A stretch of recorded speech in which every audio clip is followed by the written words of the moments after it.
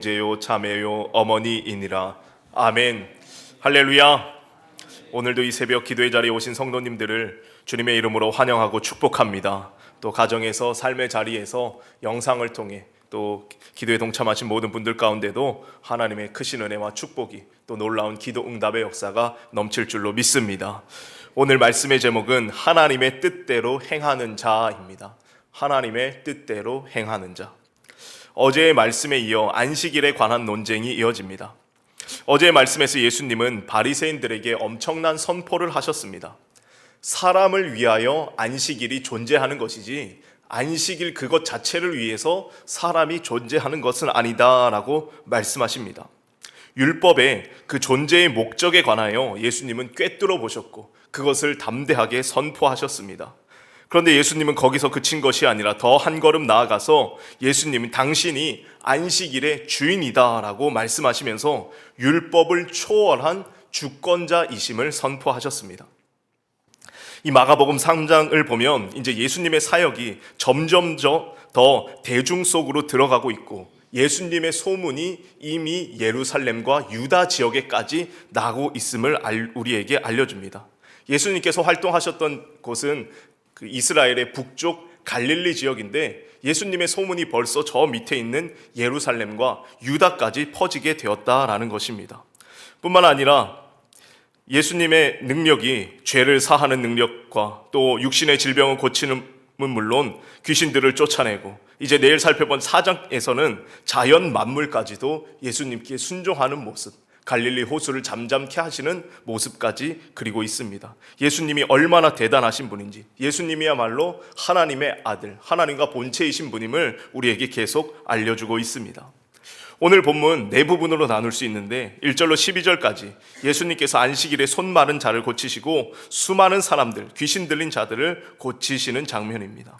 13절로 19절까지 예수님께서 12명의 제자들을 따로 구별하여 세워주시고 20절로 30절까지는 예수님을 공격하는 자들이 예수님이 귀신의 왕 바알세불의 힘을 빌려서 귀신을 내쫓는다라고 예수님을 비판합니다. 예수님은 그들에게 엄히 경고하시는데 성령을 모독하는 죄는 절대로 용서받지 못한다라고 선포하십니다. 31절로 35절까지 예수님을 찾아온 어머니와 가족들에 대해서 예수님은 새로운 하나님 나라의 가족에 대한 개념을 말씀하십니다. 하나님 나라의 가족들은 혈육으로 맺어지는 것이 아니라 오직 하나님의 뜻대로 행하는 자들이 예수님의 형제요 자매, 아버지, 어머니가 된다고, 예수님의 가족이 될 수 있다라고 말씀하고 있습니다. 계속 말씀드리지만 마가복음은 그 전개가 매우 빨라서 1장에서부터 벌써 예수님의 인기가 절정을 치달았습니다. 마태복음을 보면 1장과 2장에서는 예수님이 갓난아기였습니다. 그런데 마가복음에서는 1장부터 그냥 예수님의 어린 시절을 뛰어넘어서 그때부터 이미 인기가 절정에 치닫고 있습니다. 그런데 오늘날에도 그런 것처럼 팬이 많다는 것, 팬이 따르는 사람이 많다는 것은 그만큼 안티도 많아진다는 것을 예수님이 친히 우리에게 보여주고 계십니다. 바리새인들의 공격이 계속되고 있는데 드디어 오늘 본문에서는 이들이 예수님을 죽이려고 의논을 하게 됩니다. 오늘 말씀을 통하여 우리에게 주시는 영적인 교훈을 살펴보고 함께 기도의 제목을 얻고자 합니다. 첫 번째로 율법의 본질은 선을 행하고 생명을 살리는 데 있습니다. 율법의 본질은 선을 행하고 생명을 살리는 데 있습니다. 1절입니다. 예수께서 다시 회당에 들어가시니 한쪽 손 마른 사람이 거기 있는지라 사람들이 예수를 고발하려 하여 안식일에 그 사람을 고쳐주시는가 주시하고 있거늘. 예수님 주변에 사람들이 워낙 많다 보니 이런 사람 저런 사람 다 있습니다. 그런데 지금 예수님을 고발하려는 사람들 너무나 안타까운 인생들이죠. 2000년 전에 갈릴리 지역에서 활동하셨던 이 역사적인 예수님을 가까이서 볼 수 있다는 것 자체가 그들에게 원래는 얼마나 큰 축복이고 은혜입니까? 우리는 우리의 태어남을 우리가 결정하는 것이 아닙니다. 내가 이 시대에 여기에 태어나고 싶어서 태어난 사람은 단 한 사람도 없습니다. 그냥 우리에게 주어진 인생이고, 그래서 어떤 철학자는 우리의 인생이 던져진 인생이다라고 말까지 합니다. 2000년 전 갈릴리 근처에서 태어나 가버나움 동네에서 지내면서 예수님이라는 사람을 역사적으로 만날 수 있다는 것, 그것 자체가 얼마나 큰 축복이고 은혜이고 그들에게는 행운인지 모릅니다. 그런데 마음이 완악한 자들, 예수님의 인기를 시기하고 질투했던 바리새인과 서기관들은 그들은 그저 예수님을 고발하고자 합니다. 얼마나 딱한 인생인지 모릅니다. 사랑하는 성도 여러분, 우리가 지금 이 시대에 이 나라에 태어난 것, 지금 여기에서 우리가 하나님의 은혜를 누리는 것, 이것은 큰 축복이라는 것을 기억해야 할 줄로 믿습니다. 우리나라가 지금 조금 살기 어려워졌다고 하지만 역사상 우리는 대한민국의 최전성기를 누리고 있습니다. 이렇게 발전한 나라에서 특별히 우리 한국을 대표하는 광림재단에서 함께 신앙생활을 한다는 것, 얼마나 큰 은혜이고 축복인지 모릅니다. 그런데 이 예수님 시대에 태어났던 이 사람들도 예수님과 동시대에 또 예수님을 직접 만날 수 있다는 것, 얼마나 큰 축복인지 모르는데 이들은 그것을 알지도 못하고 오히려 예수님을 고발하려고 그 사람을, 예수님을 주시하고 있습니다. 오늘 말씀을 보니까 안식일에 그 사람을 고치는가 주시하고 있습니다. 그런데 예수님은 그들의 고발에 아랑곳하지 않고 손 마른 사람을 일으켜 세우시고 말씀하십니다. 4절입니다. 그들에게 이르시되 안식일에 선을 행하는 것과 악을 행하는 것, 생명을 구하는 것과 죽이는 것 어느 것이 옳으냐 하시니 그들이 잠잠하거늘.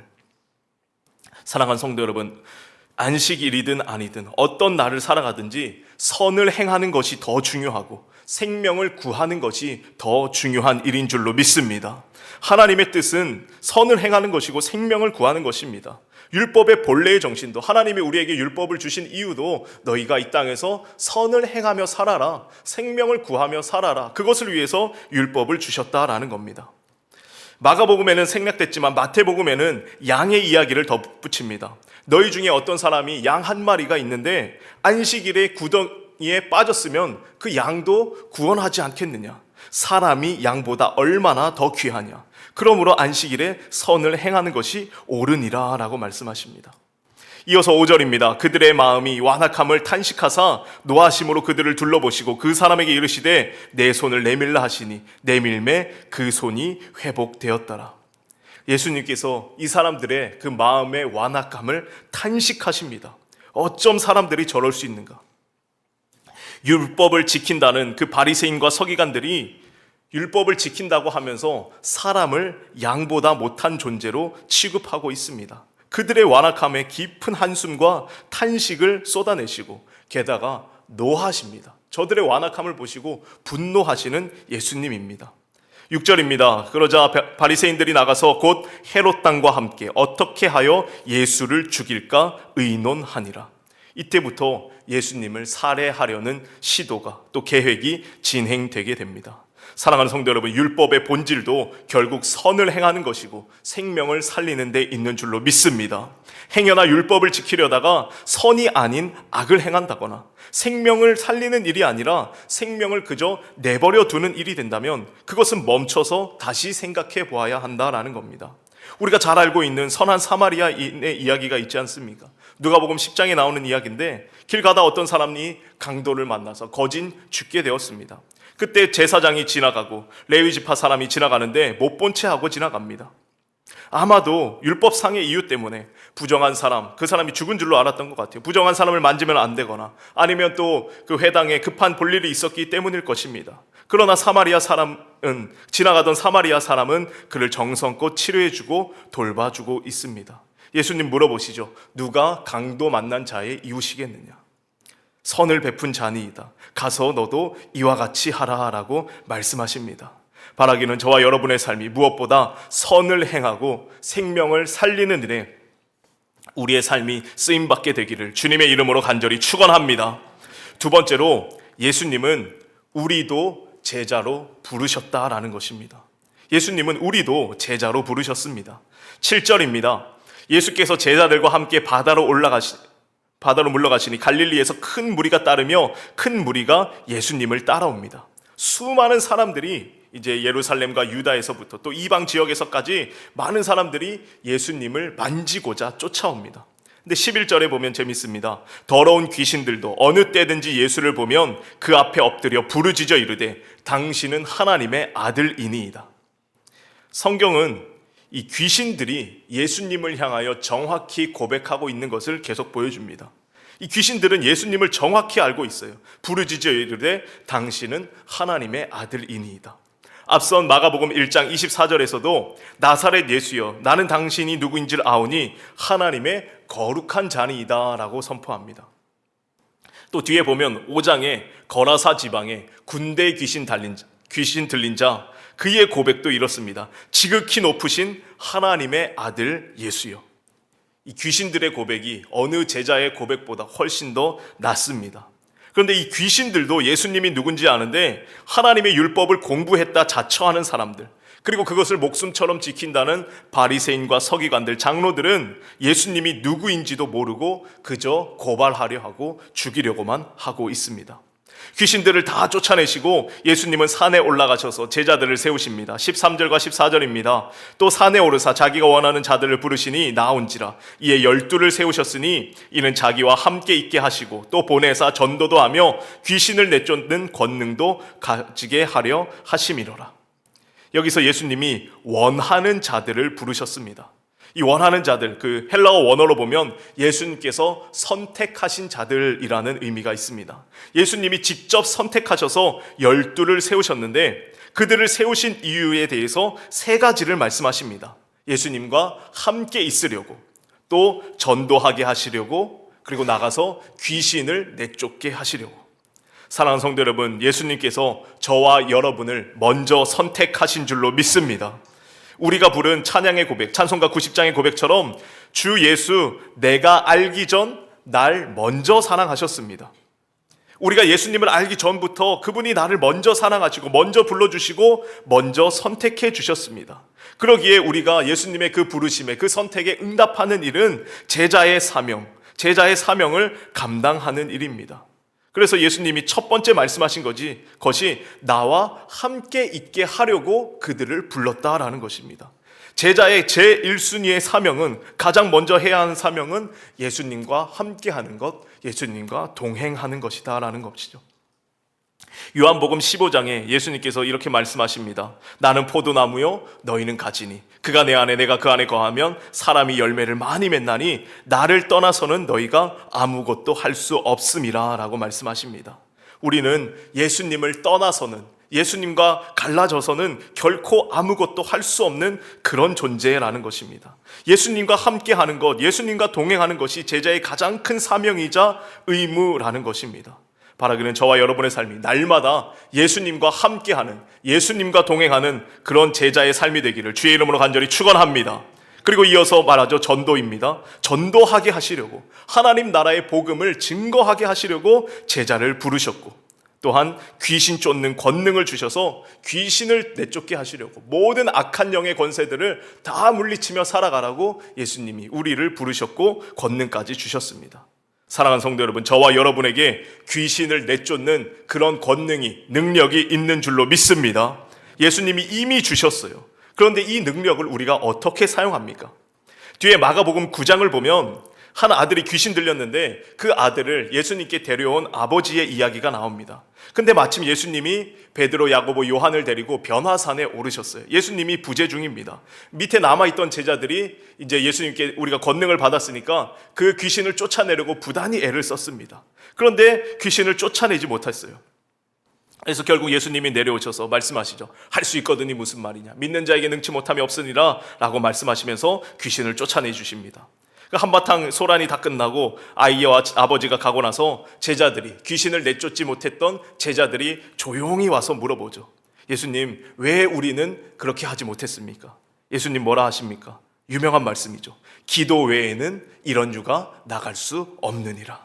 사랑하는 성도 여러분, 예수님께서 이미 귀신 쫓는 권능을 우리에게 다 주셨습니다. 그런데 이 능력을 발휘하려면 무엇보다 기도해야 한다라는 것이죠. 날마다 저와 여러분의 삶이 하나님 앞에 기도함으로 하늘의 능력을 덧입어서 성령의 권능이 우리의 능력 되어서 비로소 귀신을 쫓아내는, 악한 영의 권세를 물리치는 그런 능력의 제자의 삶을 살아가게 되기를 주의 이름으로 간절히 축원합니다. 끝으로 하나님의 뜻대로 행하는 자가 하나님의 가족이 될 수 있다라는 것입니다. 하나님의 뜻대로 행하는 자, 그들이야말로 하나님의 가족이 될 수 있습니다. 20절입니다. 집에 들어가시니 무리가 다시 모임으로 식사할 겨를도 없느니라. 예수의 친족들이 듣고 그를 붙들러 나오니 이는 그가 미쳤다 하밀러라. 예수님의 사역이 얼마나 바쁘신지 식사할 겨를도 없으십니다. 그런데 예수님의 소문을 듣고 친족들이, 가족들과 친척들이 예수님을 붙들고자 찾아왔습니다. 왜 그렇습니까? 예수님이 미쳤다는 소문이 돌고 있습니다. 예수님이 율법을 깨는 말씀들을 많이 하시니까, 또 스스로가 안식일의 주인이라고 하니까 가족들이 야, 저 예수가 지금 제정신인가? 미쳤다. 그런 소문을 듣게 되고 그런 소문이 돌게 되는 것입니다. 그러니까 오늘날에만 가짜 뉴스가 있는 것이 아니라 2000년 전에도 이미 가짜 뉴스가 있었고 악의적으로 거짓말로 소문을 많이 내고 있었습니다. 이 가족들이 예수님을 말리고자 하지만 예수님의 사역을 절대로 막을 수가 없습니다. 예루살렘에서 서기관들이 왔는데 와서 보니까 예수님이 진짜 귀신들을 쫓아내는 모습을 보게 되고 그들이 겨우 생각해낸 것이 예수님이 귀신의 왕 바알세불의 힘을 빌려서 귀신을 쫓아낸다. 저 예수라는 인간 자체가 지금 귀신 들렸는데 더 센 귀신이니까 다른 귀신들을 쫓아낸다라고 그런 소문을 냅니다. 그때 예수님께서 지혜롭게 대답하시죠. 사탄이 어찌 사탄을 쫓아낼 수 있느냐? 만일 나라가 스스로 분쟁하면 그 나라가 설 수 없고 만일 집이 스스로 분쟁하면 그 집이 설 수 없다라고 말씀하십니다. 스스로 분쟁하면 결코 제대로 설 수 없다는 것. 이 말씀을 보는데 지금 우리나라의 현실이 막 이렇게 보이는 것 같아요. 우리나라가 스스로 지금 막 분쟁하고 있는데 그렇게 되면 제대로 설 수 없다라는 것입니다. 우리가 이 새벽 기도하실 때 무엇보다 나라와 민족을 위하여 기도하실 때 이 나라가 스스로의 분쟁을 멈추고 이 나라가 정말로 제대로 하나님 앞에 세워지는 그런 나라 되기를 위해서 기도해야 할 줄로 믿습니다. 또 이어서 예수님이 29절에 무서운 말씀을 하십니다. 누구든지 성령을 모독하는 자는 영원히 사하심을 얻지 못하고 영원한 죄가 되느니라. 귀신의 힘을 빌려 귀신을 쫓아냈다는 것, 그것은 성령을 모독한 죄라는 것입니다. 그것은 분명히 성령께서 하신 일인데 그것을 귀신에게로 돌리고 있으니 성령을 모독한 죄가 분명하다라는 것입니다. 사랑하는 성도 여러분, 행여나 우리의 삶이 성령을 모독하는 죄, 하나님의 역사를 모독하는 죄를 범하는 일이 없게 되기를 주의 이름으로 간절히 축원합니다. 이것은 영원히 사하심을 받지 못한대요. 하나님이 영원토록 기억하시겠다라는 겁니다. 하나님의 일하심, 하나님의 역사, 그 성령이 행하시는 일은 하나님이 영원토록 기억하고 있기 때문에 그것을 모독하거나 회방하는 죄는 용서받을 수 없다는 것을 우리가 기억해야 한다라는 겁니다. 31절입니다. 그때 예수의 어머니와 동생들이 와서 밖에 서서 사람을 보내어 예수를 부르니 33절에 대답하시되 누가 내 어머니이며 동생들이냐? 예수님의 친어머니 마리아가 왔겠죠. 그리고 동생들 4명이 왔습니다. 그리고 이제 예수님을 만나고자 저 멀리서 우리는 예수님의 가족들입니다. 우리는 좀 통과시켜 주십시오. 수많은 사람들이 있으니까 그렇게 가족 찬스를 쓴 것 같아요. 그런데 이제 예수님이 말씀하시죠. 야, 누가 내 어머니며 내 동생들이냐? 예수님의 어머니와 가족들 입장에서는 조금 섭섭했을 것 같아요. 그런데 35절에 말씀하십니다. 누구든지 하나님의 뜻대로 행하는 자가 내 형제요 자매요 어머니이니라 라고 말씀하십니다. 예수님께서는 하나님 나라의 권속들, 하나님 나라의 가족들, 하나님 나라의 형제 자매됨에 대해서 분명히 말씀해 주십니다. 이것은 혈연을 뛰어넘는 사랑이다라는 겁니다. 우리 속담에서 피는 물보다 진하다라고 하는데 그 피보다 더 진한 것이 하나님의 사랑이고 하나님의 뜻임을 예수님께서 분명히 말씀하십니다. 하나님의 뜻대로 행하는 자가 나의 형제요 자매요 하나님 나라의 권속들이 된다라는 것입니다. 사랑하는 성도 여러분, 그러면 하나님의 뜻이 무엇입니까? 하나님의 뜻에 순종하는 삶인데 하나님을 사랑하고 이웃을 사랑하는 삶이죠. 또 데살로니가 전서에 보면 사도 바울은 이렇게 말합니다. 데살로니가 전서 4장 3절에 하나님의 뜻은 이것이니 너희의 거룩함이니라. 하나님의 뜻은 우리가 거룩하게 구별되게 사는 것이고, 또 데살로니가 전서 5장 16절 이하에 항상 기뻐하라, 쉬지 말고 기도하라, 범사에 감사하라. 이는 그리스도 예수 안에서 너희를 향하신 하나님의 뜻이니라 라고 말씀하고 있습니다. 거룩하게 살고 늘 기뻐하며 살고 언제나 기도하면서 하나님과 관계된 연결된 삶을 살아가고 범사에 감사하는 삶, 이것이 하나님의 뜻인데 이것을 이루는 삶이 사는 사람이 정말 하나님 나라의 가족으로 살아갈 수 있게 된다라는 것입니다. 바라기는 저와 여러분의 삶이 이런 삶을 통하여 하나님의 뜻을 이루며 언제나 하나님의 자녀답게 하나님 나라의 권속으로 살아가게 되는 복된 삶이 되시길 주의 이름으로 간절히 축원합니다. 함께 기도하겠습니다.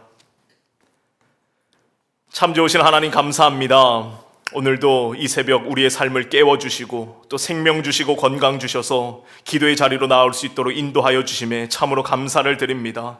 우리의 삶이 무엇보다 언제나 선을 행하고 생명 살리는 일에 쓰임받는 복된 삶 되게 하여 주시옵소서. 우리를 먼저 사랑하여 주시고 또 우리를 불러 선택하여 주시사 예수 그리스도의 제자로 삼아 주심에 참으로 감사를 드립니다. 언제나 예수님과 함께함으로 말미암아 열매 맺는 삶 되게 하시고 또 전도하게 하시고 또 기도함으로 귀신을 내쫓는 능력의 삶을 살아가도록 주님 인도하여 주시옵소서. 하나님, 우리의 삶 가운데 하나님의 뜻을 행하는 삶 살아가기 원합니다. 거룩하게 살게 하시고 항상 기뻐하고 쉬지 말고 기도하고 범사에 감사하여 하나님의 뜻을 이루는 하나님 나라의 권속으로 살아갈 수 있도록 주님 인도하여 주시옵소서. 이 새벽에도 귀한 예물 정성껏 구별하여 올려드립니다. 하나님, 이 예물 기쁘게 받아주시고 예물에 담긴 저들의 마음과 사랑, 정성을 하나님 받아주시고 넘치는 은혜와 축복을 더하여 주시옵소서. 이 예물이 하나님 나라 확장을 위하여 귀하게 쓰임받는 복된 예물 되도록 주님 친히 성별하여 주시옵소서.